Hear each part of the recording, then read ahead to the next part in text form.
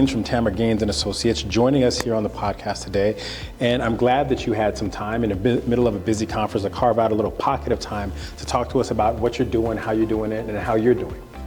Wow, that's a lot we're going to cover. I love it. All of it. We've been crossing T's and dotting I's. There's nothing to be left out. I love it. That's great. Well, thank you for having me, James. So let me jump right in. Can you talk a little bit about your primary work? What are you doing out here in this sort of credit union movement space in the association world? What's Tamra Gaines and Associates about? Gosh, well, it really, for many years, for the last decade, I've been very focused on learning and development and just developing people in general. And through that time, got certified as an executive coach. So, doing that, helping to build people, but then also seeing the need to build the pipeline for those future leaders. And so, book published 10 years ago on confidence, and I talk about confidence and influence, but it really ties into how are we building confident leaders so that we can strengthen and sustain our leadership pipeline for the future.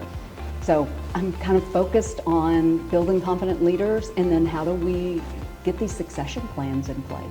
Yeah, so I had a chance to plug into your session earlier, which keyed me into some of the topics that you're talking about. So I wonder, could you sort of double click into the succession planning? Why succession planning? Why now? Why you? Well, the why now is we're on the tail end of baby boomers hitting retirement age. So 10,000 baby boomers each day are turning 65.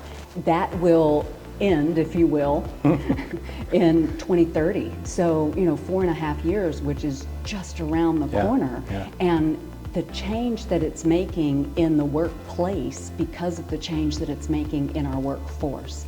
And what I'm finding is some organizations have plans.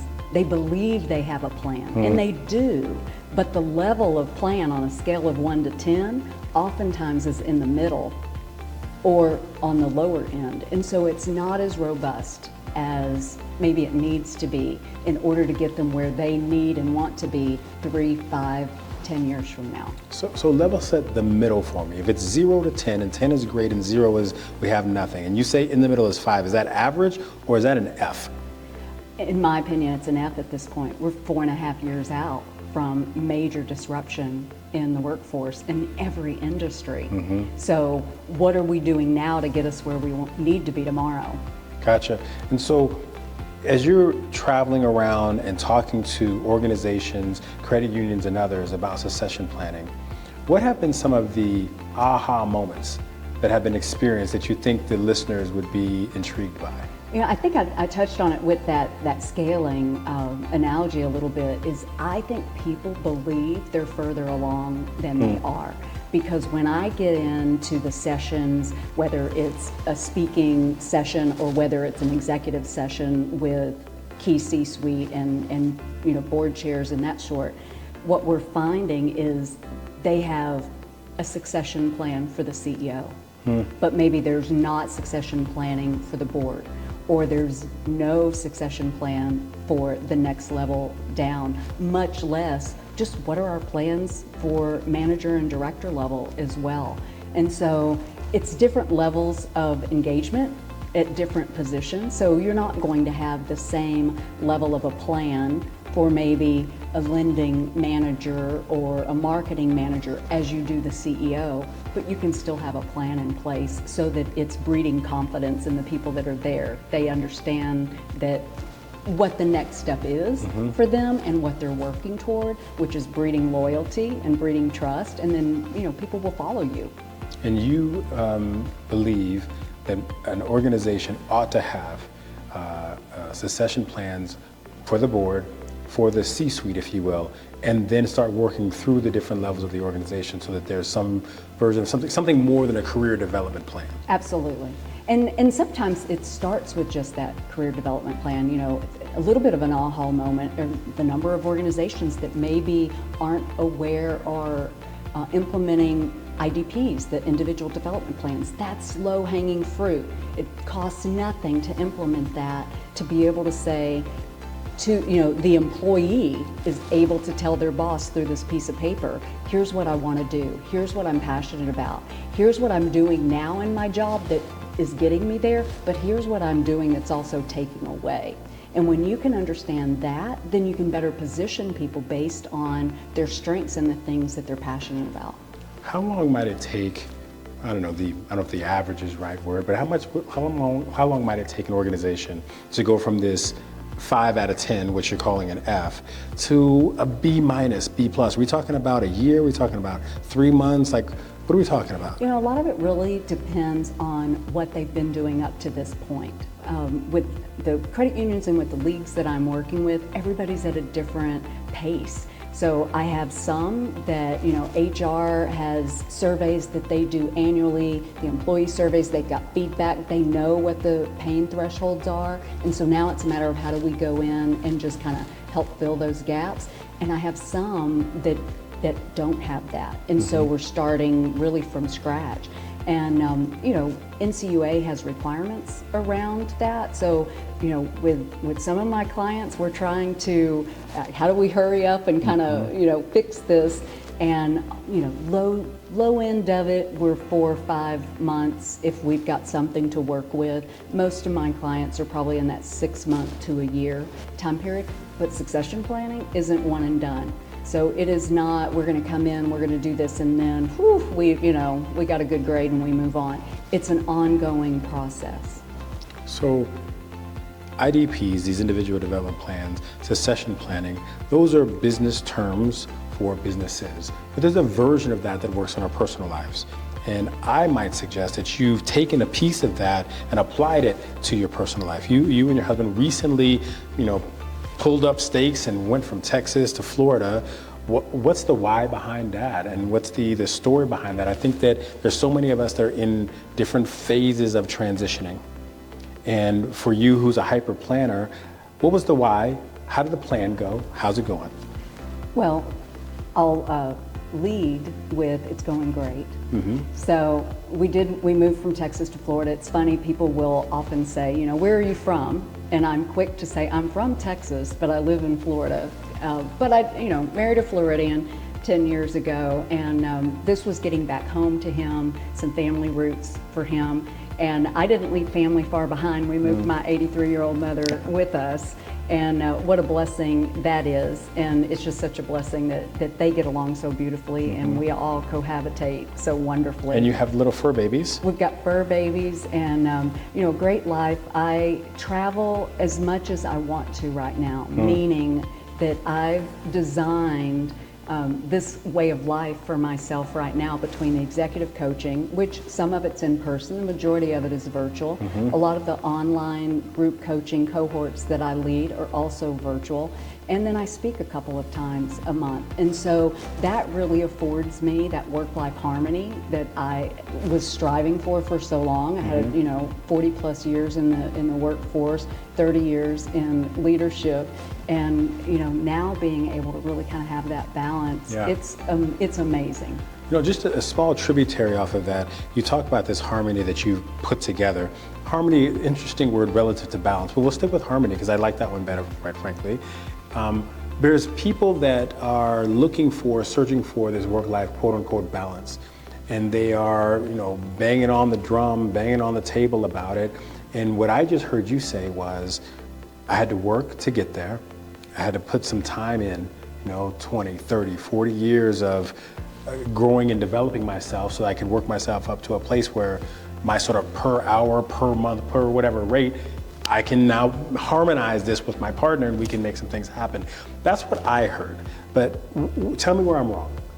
Oh, you're definitely not wrong.